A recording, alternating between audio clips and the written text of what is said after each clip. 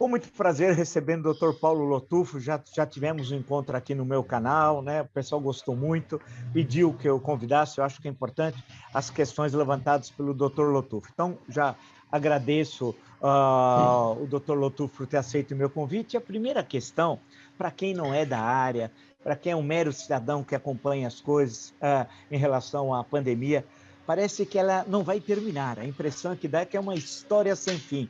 Lembro esses dias sobre o Vietnã, que agora parece que foi também duramente atingido com essa nova onda, não sei se é uma nova onda. A questão agora outra vez da China. Eu pergunto ao Dr. Lotufo, é uma história sem fim essa pandemia? Pois é, Vila, eu gostaria de ser convidado aqui para a gente conversar outras coisas, né? Tínhamos o tempo para comemorar os 70 anos do primeiro título mundial, que foi no dia 22 de julho, a gente podia estar comemorando isso, né? Mas aí nós temos que voltar ao mesmo assunto, né? E eu estou escrevendo um texto aqui que eu falo assim, pandemia global é um pleonasmo, mas precisa ser repetido, né? Quando a gente fala pandemia, é uma coisa que assusta muito, né? Mas pandemia, por definição, é uma epidemia que está acontecendo nos 5 continentes. Pode ser meia dúzia de casos, mas se tiver nos 5 continentes é uma pandemia, né? Então é isso, mas assusta. Agora, a definição é que ela é global, né? E eu acho que é esse o grande problema, Vila. Nós não temos uma governabilidade planetária, né? Nós temos uma Organização Mundial da Saúde que tem se mostrado assim, bastante competente. Eu tenho críticas pontuais, técnicas, né? Agora, as condições que a OMS tem de atuar é muito pequena, né? Ela congrega todos os países e tem uma quantidade de recursos diminuta, perto do que tem os centros americanos, ingleses, chineses aí, de controle de doença, né? Então isso aí está na mão dos países e cada um deles fazendo do seu jeito, né? O que está levando a essa situação cada vez mais complicada de não ter fim. Eu acompanhando o noticiário e a gente fica realmente extremamente preocupado, porque evidentemente por não ter os conhecimentos científicos, a questão que se coloca aqui no caso brasileiro especificamente, Lotufo, qual é a sua avaliação sobre esse momento? É possível dizer que nós estamos nos aproximando, não que ninguém vai se aproximar a zero, afinal nós vamos ter de aprender a conviver, né, com a Covid, com outras coisas semelhantes. Mas é possível ter uma visão otimista, vamos chamar assim, que estamos terminando esse processo mais duro e aí vai ser necessário construir formas de saúde pública, não sei quais, para poder conviver com situações como essa? Olha, a situação brasileira, ela no momento é peculiar, porque nós estamos vivendo, temos 2 vetores, né? Mais ou menos opostos. Um é a vacinação, que está cresceu muito, e o outro é o aumento do contágio maior, né? Mas que não está crescendo tanto quanto cresceu a vacinação. E isso talvez, né, leve a um vetor resultante que é positivo aí, na redução principalmente das mortes. Tem muitos casos em pessoas que não foram vacinadas, mais jovens, mortes em pessoas que não foram vacinadas também, né? Embora em vacinados também isso vá ocorrer. Então nós estamos tendo, o vetor resultante está sendo mais positivo.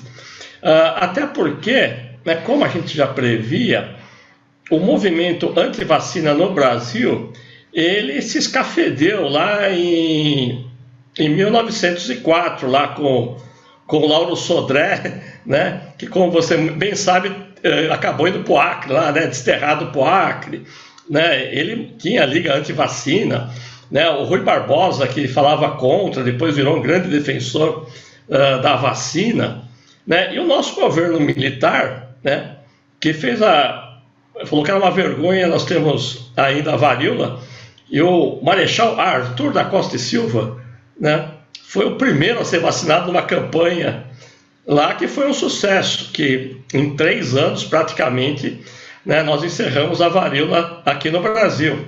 E aí depois foi montado o Plano Nacional de Imunização, recursos para Manguinhos e Fiocruz, mais o Butantan, né? A população confia muito na vacina, ao contrário do que acontece nos Estados Unidos, na Europa. Então isso é uma coisa muito positiva, né? Até os defensores aí do Bolsonaro, eles têm o famoso armário vacinal, né? O cara vai lá, toma vacina, mas não conta para ninguém, né? Ele deixa guardadinho aquilo ali, né? Mas ele não conta para ninguém. Então, nós temos isso daí. O que aconteceu, do ponto de vista técnico, que foi, assim, surpreendentemente bom, é que surgiu uma variante, a Lambda, lá no Peru, né? E eu, e como muita gente achava, que o caminho da Lambda seria pegar a rota fluvial, né? E ia nos atacar aí pelo Amazonas de novo, ia ter tudo isso daí. Mas não, ela desceu, né? Ela acabou indo para a Bolívia, norte do Chile, até norte da Argentina, né? Por que não chegou no Brasil? Não foi pela diminuição do comércio e tráfico fluvial. Eu acho que pode ter sido por algum nível que nós já temos aí de imunidade, né? Todas as vacinas que estão aqui se mostraram positivas aí para a variante Gama, né? Que foi criada em Manaus. E o número de casos que nós temos aqui no Brasil da Delta ainda é pequeno, o que não nos permite ainda concluir se as nossas vacinas estão funcionando ou não, né? Ainda é muito pequeno, mas muito preocupante. Agora, aparentemente, a Delta está ficando mais na Europa, um pouco na África e atingiu os Estados Unidos como era previsto, né? Quer dizer, o que está acontecendo nos Estados Unidos, a divisão do país, né, é um horror. Os estados que são chamados estados vermelhos, né, e lá vermelho é republicano, né, eles têm um nível baixíssimo de imunização, né, até um pouco maior que o do Brasil, mas baixíssimo perto do que são os estados azuis. O estado de Vermont, lá tem quase 100% de vacinados, Massachusetts 90%, né? Aí você tem estados que estão dando 40%, e não é porque está faltando vacina, é porque as pessoas são contra mesmo, e não usam máscara, e aí nós estamos tendo o quê? É o momento em que a variante nova, a Delta, né, começou a se espalhar, e está se espalhando como um rastilho de pólvora, como a gente não tinha ideia, né? A gente não tinha a mínima noção que isso ia acontecer. Agora, isso pode chegar ao Brasil? Pode, né? Eu acho que, quer dizer, nós já temos a Delta aqui, né? Quer dizer, a Delta veio da Índia, e o primeiro caso foi um caso até meio folclórico, do navio em São Luís do Maranhão, né? Aí teve alguns lugares que falam assim, não vamos aceitar mais ninguém do Maranhão, né? Como se a pessoa do Maranhão viesse do Maranhão direto para São Paulo, para o Rio, né? Ela ia passar em algum lugar. Teve essas coisas, mas levantou o alerta. Nós temos, o Rio de Janeiro é o estado que tem mais casos de Delta, né? Aí, quando começa você falar que, olha, o Rio tem mais casos, são duas opções, né? Pode ser que realmente isso seja um fato real, ou pode ser um local que está tendo uma preocupação maior e fazendo mais genotipagem e pesquisando mais que outros estados, né? Isso acontece também entre países, né?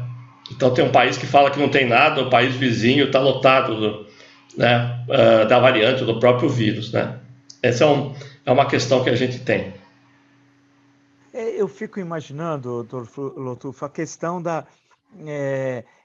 a impressão que dá aqui no Brasil, nas grandes cidades, especialmente entre os mais jovens, é que a pandemia acabou. né? Por decreto, se decretou Sim. o fim da pandemia.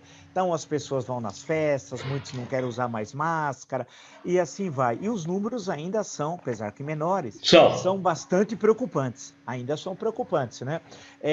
Como passar por essa etapa em que realmente há uma melhora significativa, Sim, sim. e você destacou muito bem a questão da vacinação, né?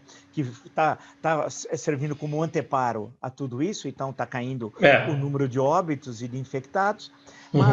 mas nós não estamos naquele limite do tolerável, vamos chamar assim, se é que é Sim, sim. possível. E aí, É. como é que resolver essa equação? Olha, eu vejo algumas coisas, Vila. Primeiro, né, uma coisa que eu vi aí, quem me ensinou isso um dia foi uma pessoa lá um comércio que eu vou sempre, e tem lá um manobrista que me atende há 20 anos. Aí eu falei, como é? Toma vacina? Ah, não deu, doutor, por quê? Ó, não posso sair daqui, né? Mas por que você não pode sair daqui? Ô, doutor, você acha que eu tenho salário? Eu vivo na caixinha de vocês. Eu falei, ah, tá bom. E você trabalha como? Ah, de segunda a sábado. Então, esse manobrista, que eu acho que ele é significativo numa parcela importante, é uma pessoa que está perdendo a chance. O Estado tinha que fazer campanhas aos domingos, por exemplo. Teve o prefeito de Cotia que teve uma ideia que todo mundo achou maluco. Ele começou a ir no ponto de ônibus, lá que tem muita gente que vem para São Paulo, 3 da madrugada, começou a vacinar as pessoas. Perfeito, é isso mesmo. Está pegando o trabalhador que tem mais dificuldade mesmo em ficar na fila. Eu acho que os estados precisam fazer isso. Quer dizer, a população do Sapopemba, que está tendo muitos casos e pouca vacinação, foi reclamar na secretaria. O pessoal falou assim, não, a gente está distribuindo igualmente. O problema é que não adianta distribuir igualmente vacina, porque o vírus não está atingindo igualmente as pessoas. Precisa ver onde está mais. Então, eu vejo que é atacar muito os locais que ainda estão com baixa, porque são os lugares mais pobres, as pessoas que têm dificuldade mesmo em seguir aquilo. Por outro lado, se eu pego aqui a região oeste de São Paulo, Pinheiros, eu passo na frente do posto da Unidade Básica de Saúde, aqui da Rua Purpurina, 6h30 da manhã, a fila já está no outro quarteirão. E são jovens agora, e todos lá, quietinhos, não sei o que lá, ninguém assume de vacina, vai tomar, quer dizer, tem muita gente, e estão esgotando mesmo, assim, tá indo muito bem isso daí. Agora, em relação às aglomerações, vacinas, Vila, eu acho que existe uma questão que eu aprendi agora aí, conversando com algumas pessoas que trabalham aí na periferia, é a incapacidade que existe de se conversar com os jovens, de se conversar com os jovens. Por exemplo, a criminalização do funk. Quer dizer, assim, eu estou distante de ter qualquer apreço estético pelo funk, aliás, conheço pouco, mas é uma realidade grande.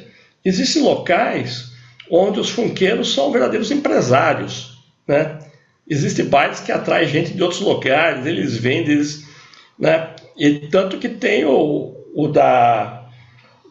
baile da favela, que é de um funkeiro da zona norte de São Paulo, Aliás, não é numa favela que ele mora num conjunto habitacional, mas é o baile de favela.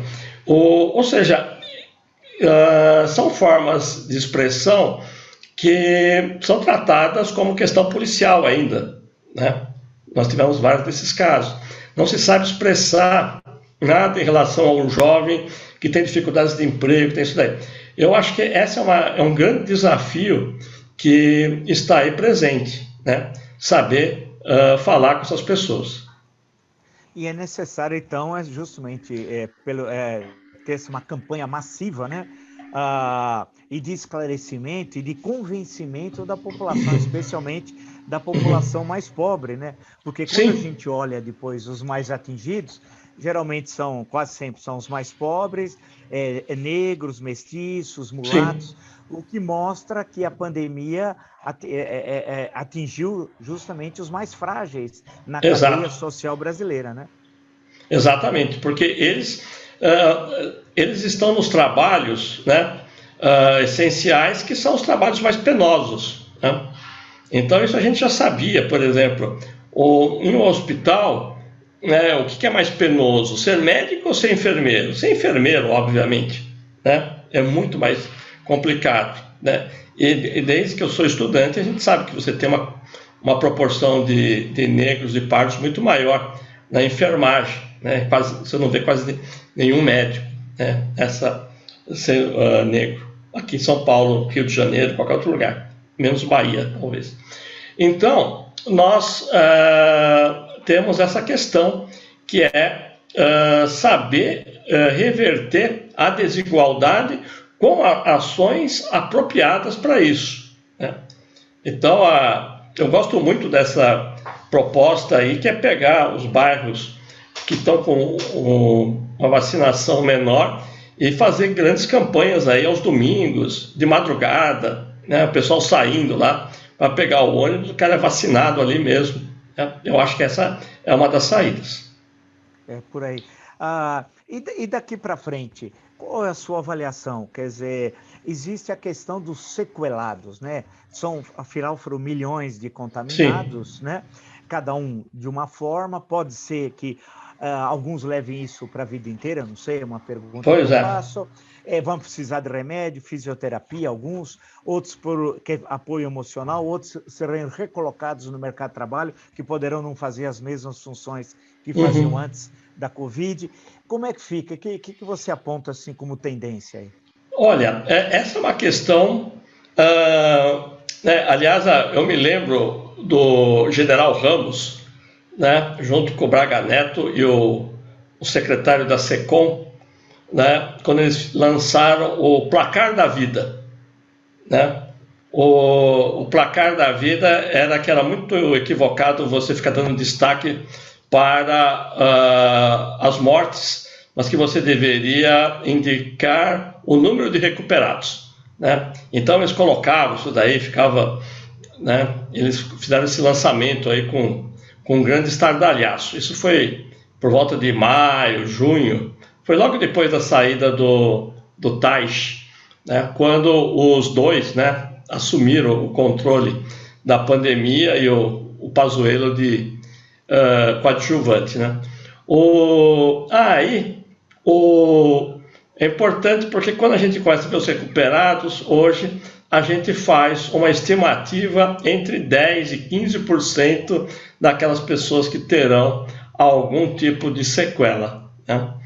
A nossa esperança, Vila, é a seguinte, é que na verdade a nossa medicina melhorou muito e que a gente está conseguindo diagnosticar mais uma situação momentânea, mas que daqui a um ano, por exemplo, né, haja uma reversão. Essa é uma expectativa. Em relação à falta à incapacidade de sentir cheiro, né, nós já estamos sabendo que leva pelo menos 6 meses para recuperar, né? Então agora nós temos outras situações que a gente vai ter que ficar observando qual vai ser o significado disso. Agora deixa eu colocar uma última questão, Lotufo, é o seguinte, você fez até referência à campanha da varíola lá nos anos 60, né? Na época do presidente Costa e Silva.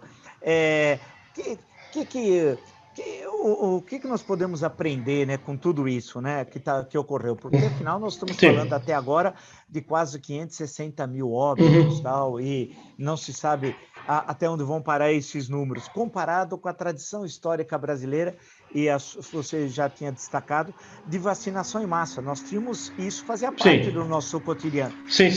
Para dar um fecho nisso, o que nós aprendemos nisso tudo aí? Olha, nós aprendemos que nós estávamos certos, que as estruturas de Estado são fundamentais para isso, né? E que há necessidade, sim, de um controle centralizado a nível federal, né? Quer dizer, o grande problema da pandemia foi a ausência desse comando federal, não tem nada a ver com o STF, né? O STF não fez militância jurídica, como é que chama o termo aí, né? Sim. Não cometeu isso daí. Ele fez uma interpretação, né? Falando que as ações são dos municípios do estado, o que é fato, mas o que está escrito lá é que toda a coordenação e comando é federal, né? Até porque a capacidade de compra do SUS federal está sendo demonstrada aí, né? É a que existe, né?